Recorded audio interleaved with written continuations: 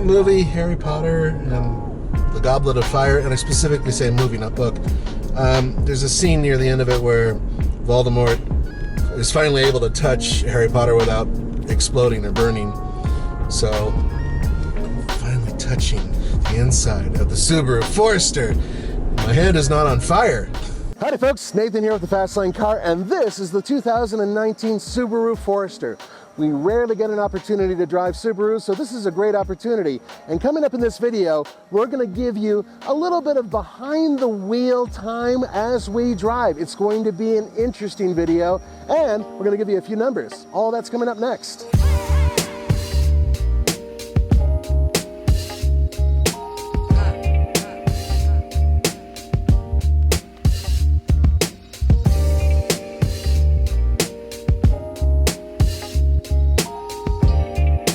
What you're basically looking at here is an all-new vehicle from the ground up. According to Subaru, they wanted it to ride better, handle better, and be an overall more competent vehicle for driving. And they've done that by revising the suspension, which is one of the major aspects of this vehicle I will be testing on these roads.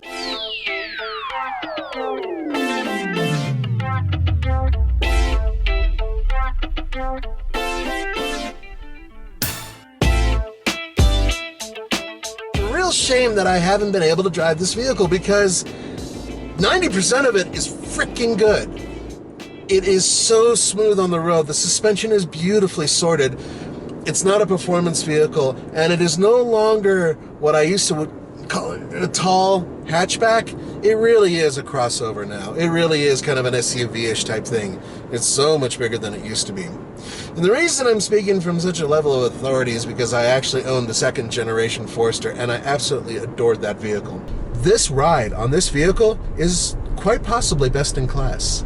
I am really, really impressed with how it handles the bumps, the hills, and some of the potholes I've hit. It's remarkably good. So, well done, Subaru.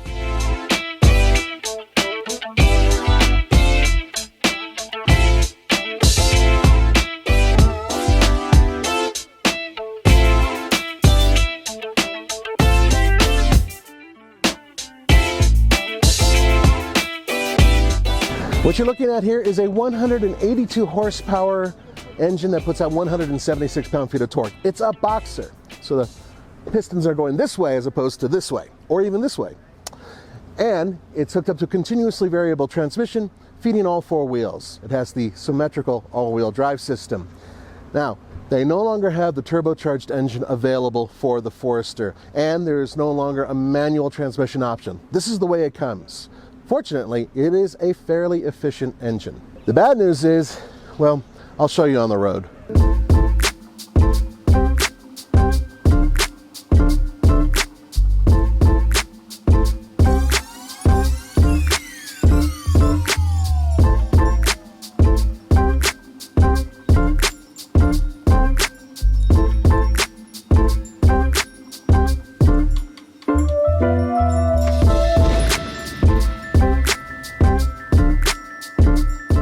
This car is not fun. Sorry. If you want fun, I think the XV Crosstrek would be a little bit more up your alley. Or perhaps one day if they decide to reintroduce the turbocharged engine, that might be up your alley. Now granted, we are at a pretty high elevation right now. I would say we're close to 9,500 feet roughly. The resort we're staying at is 9,000 feet. So, let me explain what I'm talking about by simply putting my right foot down. We're on a highway right now, and everything's clear. Here we go. Flat.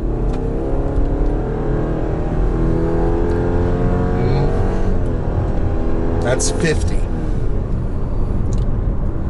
That took a little while. It's not so much the fact that it is slow 0 to 60, and it is.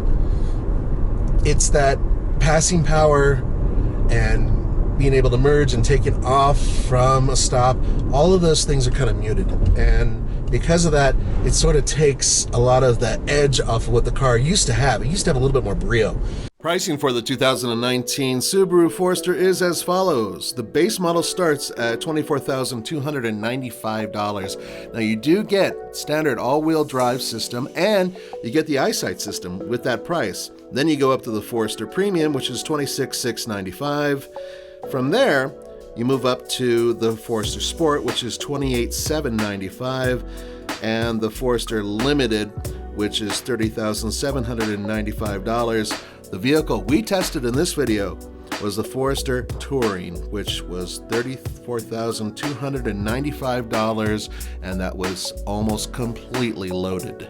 It's really good ground clearance, and the articulation is quite good. Subaru has not forgotten that they need vehicles to handle off-roading.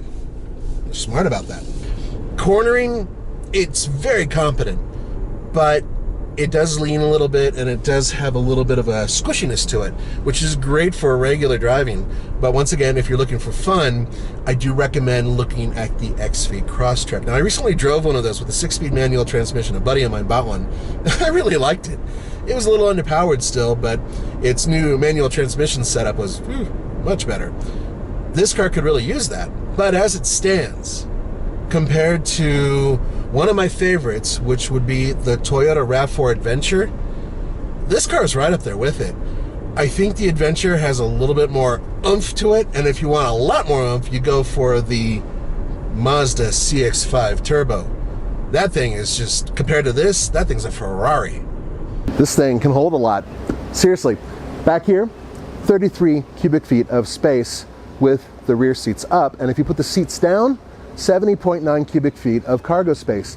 That is definitely way up there in the class, and it competes against vehicles like the Toyota RAV4 and the Honda CR-V. The cool thing is, with this vehicle, and I gotta admit, the back seat comfort in it is some of the best in class.